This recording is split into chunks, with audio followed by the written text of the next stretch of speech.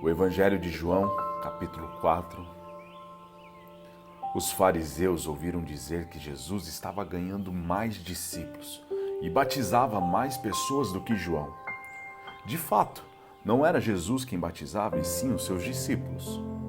Quando Jesus ficou sabendo disso, saiu da Judéia e voltou para a Galiléia. No caminho, ele tinha de passar pela região da Samaria. Ele chegou a uma cidade da Samaria chamada Sicar, que ficava perto das terras que Jacó tinha dado ao seu filho José. Ali ficava o poço de Jacó. Era mais ou menos meio-dia quando Jesus, cansado da viagem, sentou-se perto do poço. Uma mulher samaritana veio tirar água e Jesus lhe disse: "Por favor, me dê um pouco de água."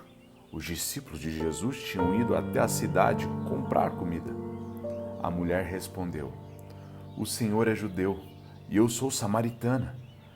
Então como é que o Senhor me pede água?" Ela disse isso porque os judeus não se dão com os samaritanos. Então Jesus disse: "Se você soubesse o que Deus pode dar e quem é que está lhe pedindo água, você pediria e ele lhe daria a água da vida." Ela respondeu: "O Senhor não tem balde para tirar a água e o poço é fundo. Como é que vai conseguir essa água da vida?" Nosso antepassado Jacó nos deu este poço. Ele, os seus filhos e os seus animais beberam água daqui. Será que o Senhor é mais importante do que Jacó? Então disse Jesus: "Quer beber desta água? Terá sede de novo. Mas a pessoa que beber da água que eu lhe der, nunca mais terá sede, porque a água que eu lhe der se tornará nela uma fonte de água que dará vida eterna." Então a mulher pediu: "Por favor, me dê dessa água. Assim eu nunca mais terei sede e não precisarei mais vir aqui buscar água." "Vá chamar o seu marido e volte aqui", ordenou Jesus. "Eu não tenho marido", respondeu a mulher. Então Jesus disse: "Você está certa ao dizer que não tem marido, pois já teve 5, e este que você tem agora não é, de fato, seu marido. Sim, você falou a verdade." E a mulher respondeu: "Agora eu sei que o Senhor é um profeta. Os nossos antepassados adoravam a Deus nesse monte, mas vocês, judeus, dizem que Jerusalém é o lugar onde devemos adorá-lo." Jesus disse: "Mulher, creia no que eu te digo. Chegará o tempo em que ninguém vai adorar a Deus, nem neste monte, nem em Jerusalém. Vocês, samaritanos, não sabem o que adoram, mas nós sabemos o que adoramos, porque a salvação vem dos judeus. Mas virá o tempo, e de fato já chegou, e que os verdadeiros adoradores vão adorar o Pai em espírito e em verdade, pois são esses que o Pai quer que o adorem. Deus é espírito, e por isso os que adoram devem adorá-lo em espírito e em verdade."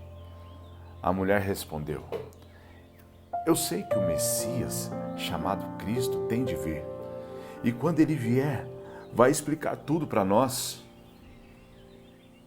Então Jesus afirmou: "Pois eu, que estou falando com você, sou o Messias."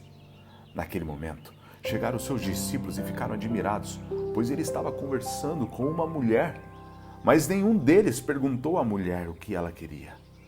E também não perguntaram a Jesus por que motivo ele estava falando com ela. Em seguida, a mulher deixou ali o seu pote, voltou à cidade e disse a todas as pessoas: "Venham ver o homem que disse tudo o que eu tenho feito. Será que ele é o Messias?" Muitas pessoas saíram da cidade e foram para o lugar onde Jesus estava. Enquanto isso, os seus discípulos pediam a Jesus: "Mestre, coma alguma coisa." Jesus respondeu: "Eu tenho para comer uma comida que vocês não conhecem." Então os seus discípulos começaram a perguntar uns aos outros: "Será que alguém já trouxe comida para ele?" A minha comida, disse Jesus, é fazer a vontade daquele que me enviou e terminar o trabalho que ele me deu para fazer.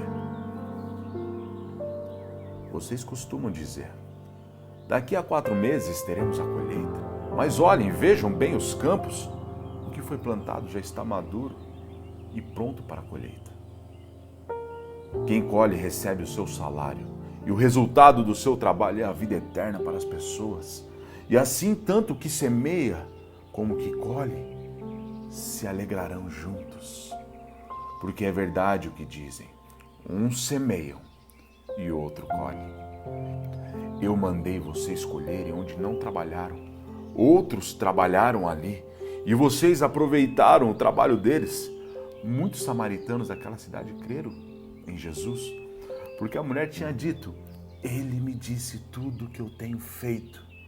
Quando os samaritanos chegaram ao lugar onde Jesus estava, pediram a ele que ficasse com eles, e Jesus ficou ali 2 dias.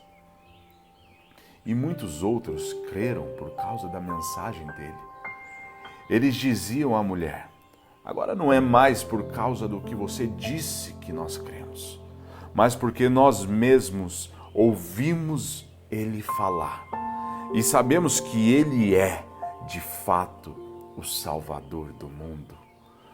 Depois de ficar ali 2 dias, Jesus foi para a região da Galileia, pois como ele mesmo disse, um profeta não é respeitado na sua própria terra.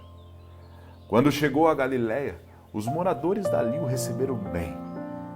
É que eles tinham ido à festa da Páscoa em Jerusalém e tinham visto tudo que Jesus havia feito lá. Jesus voltou a Caná, da Galileia, onde havia transformado água em vinho. Estava ali um alto funcionário público que morava em Cafarnaum. Ele tinha em casa um filho doente. Quando ouviu dizer que Jesus estava vindo da Judéia para a Galileia, foi pedir a ele que fosse a Cafarnaum e curasse o seu filho, que estava morrendo. Jesus disse ao funcionário, vocês só creem quando veem grandes milagres. Ele respondeu, Senhor, venha depressa, antes que o meu filho morra, volte para casa. O seu filho vai viver, disse Jesus. Ele creu nas palavras de Jesus e foi embora. No caminho encontrou-se com seus empregados que disseram, o seu filho está vivo. Então, ele perguntou a que horas o filho havia começado a melhorar. E os empregados responderam, ontem, à 1h a febre passou.